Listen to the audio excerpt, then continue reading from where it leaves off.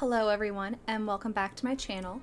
If you are new, hi, my name is Kelly and welcome back to my Building All the Styles series. This time I was building in the style of a cottage. So I think in the last 4 years we all very much know the word cottage and cottagecore, which is associated with it. And honestly, that made my research a whole lot harder, ironically. I built this house in Henford-on-Bagley, partly because the word cottage comes from the English word cotter, which were the type of people who would live on the farm in medieval Europe. And there are other European words as well with a similar source as cotter. But cotter does come from the Latin word, and please do not pick apart my pronunciation too bad. It comes from a Latin word cottagium, which is what our modern word is based off of. But with some of my deep diving, I did see that there are similar words in Norwegian and Finnish and Swedish that have similar meaning. So I thought that was kind of interesting. Now, typically cottages are asymmetrical, but they look balanced. So I was really trying to make sure it looked similar, but it wasn't mirrored sides of each other. So that's kind of why I went with one side slightly larger than another. And another main factor of it is having a high steeped roof. So I was making sure the roofs were nice and pointy. They are typically about 1.5 to 2 stories. I made this one about 2 stories, and I was trying to make sure it was all nice and even. And complete tangent sidebar, is anyone else paranoid when they make a house that it looks like a face? I really don't want my houses to look like faces, because then I just think of that horror movie, the Amityville horror one with the face and the house, and I don't know. I guess that left a legacy on me, even though I don't think I've ever actually seen that movie. But just like the notation of the house with the face always stuck out to me. As for the landscaping, I mean, it's a cottage, it's in the countryside. I wanted there to be a lot of plants, and I thought it'd be pretty having just little plants everywhere placed about. I'm actually really starting to enjoy landscaping. I am finding it very fun, and I think I'm getting a lot better at it than I used to be. I wanted to use similar plants throughout, but have like little differences. So I kind of kept just like rotating them to see if they'd look slightly different, because at the end of the day, if you have all the same shrubs and they're all slightly irregular, they're not like nice and symmetrical, they shouldn't all be facing the same way and look perfectly just like copy and paste it. So that's what I was trying to go for. I wanted to keep the outside very natural looking and very lush and pretty, and I kind of realized I made the house face the wrong way. That's the one thing with Sims 4 that kind of annoys me with the lots, is it's not always the easiest to tell which way they're supposed to face, and I put that in quotation marks because I know there's not really a technical way, but I know I was supposed to face it more like 90 degrees clockwise from the front, and that's where it kind of took the front gallery picture, so it is what it is. Typically cottages, they will have small gates and gardens. Another small tangent of things that bug me in The Sims 4 is the gates. Why don't the gates match up with the fences better? I just feel like in all the other games they kind of sort of did. But I used a lot of trees and I made it look very green and lush, and I thought it came out really, really cute. Other notable parts of cottage architecture is typically there is an oversized chimney stack. It typically will not have a porch, but it'll have like a front landing area or a front garden area. So it's kind of why I went more with the fence around it. And the materials used are typically stucco, wood, stone, or brick, more like natural earthy tones. I definitely wanted to move all of the shrubs over. It kind of bugs me when the plants will poke out through the sides, through the wall. I know it's like a little nitpicky thing, but that really bugs me. I wanted to make sure that I didn't see any of the outdoor shrubs inside while I was working on it. I do find fascinating, and I'm not going to try to give too much away, but there was a revival of this style in the 1920s. And it's really ironic because I've already started my work on my next one of the series, and in the 1920s was when it actually, the next style took off. So I found it very interesting how these two styles almost go hand in hand. But it was very interesting doing the research and saying, wait a minute, going back through and seeing there was similar things.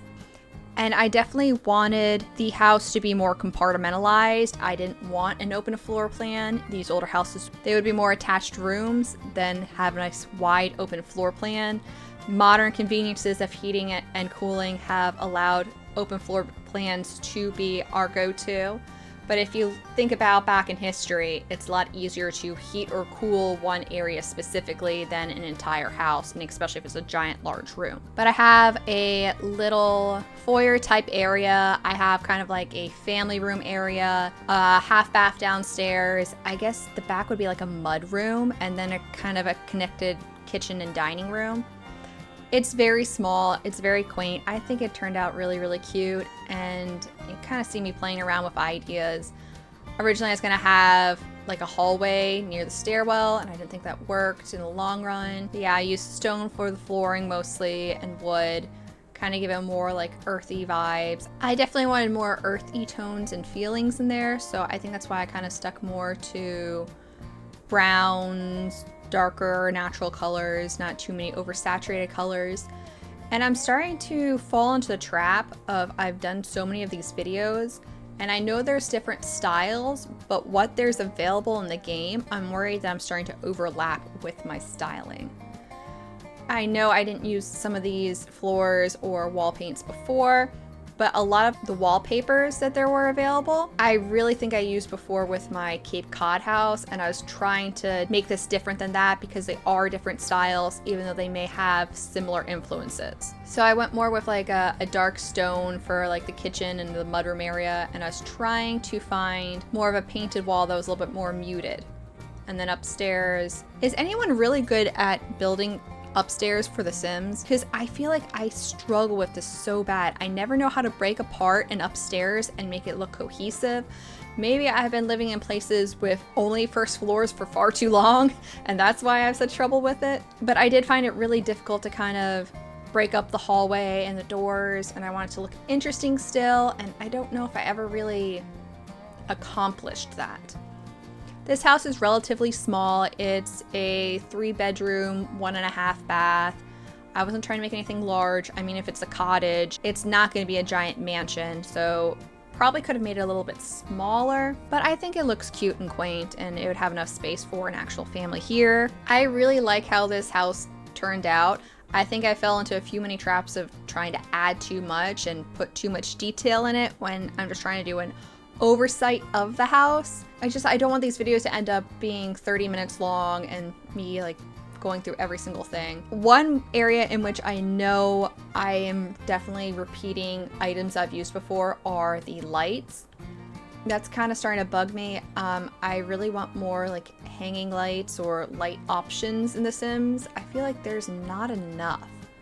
And I don't know if it's just my brain and what I typically gravitate towards, and that's why I don't think there's enough. Also, completely different tangent. How long has there been light switches in the game? Because I feel like I've just seen them, or I just noticed them not that long ago. Have they always been in the game and I just never noticed, or was that with an update and I never paid attention? I'm not quite sure. Do you use light switches in your build? Because I don't know how I've never seen them before. I'm assuming this is a me problem, and somehow I've just like glazed over them and never saw them. And now that I know that they are there, I'm gonna kind of need them in like every single one of my builds. Oh, I had to move the window, unfortunately, a little bit. I didn't realize I cut off the window, or the large bay window, by the wall of the foyer. Whoops. I kind of wish I put a second window there near the door, but it's all good. I think it turned out fine regardless. I like the space. I think it turned out really cute. The mudroom, I'm thinking it could kind of like halfway storage, so like where you would have like shoe racks, coat racks, maybe some things that you'd keep outside, but they aren't currently. And here is the full overview of the house. Nice little front yard. The backyard is lush with a lot of trees and some places for plants. If you walk inside, we first would have like the foyer area. That kind of like that kickback area, I'm assuming you could put like coats or shoes or something, maybe like a dresser. And then you walk inside, and don't pay attention to that window being a different height because I'm not going to. We have the family room with the staircase. and a little rug and a fireplace. And then we are going to walk through the hall and go through this door to the half bath. Nothing too fancy, but it's only a half bathroom, so you know, not too much is needed there. And this would be the back room that connects to the outside, and we can walk through that into the kitchen. And there's a nice big fireplace, some countertops, and you could definitely put eating nook over there back in the side. I guess it wouldn't be a nook because it probably definitely can fit a full table. Back outside, we have the beautiful plants and some planting area. I didn't realize the mailbox was over there, but I'm kind of okay with it, even though I know I would totally forget where that is. And I probably need to move that shrub over a little bit too, but it's all good. Trying not to get stressed out about the little things, at least for now. And then we walk up the stairs into a hallway. We're first going to go through the main bathroom, which has double sinks and a tub, and I thought it'd kind of be more accurate to have a tub versus shower. Here we have the master bedroom, not super big, but it has a fireplace.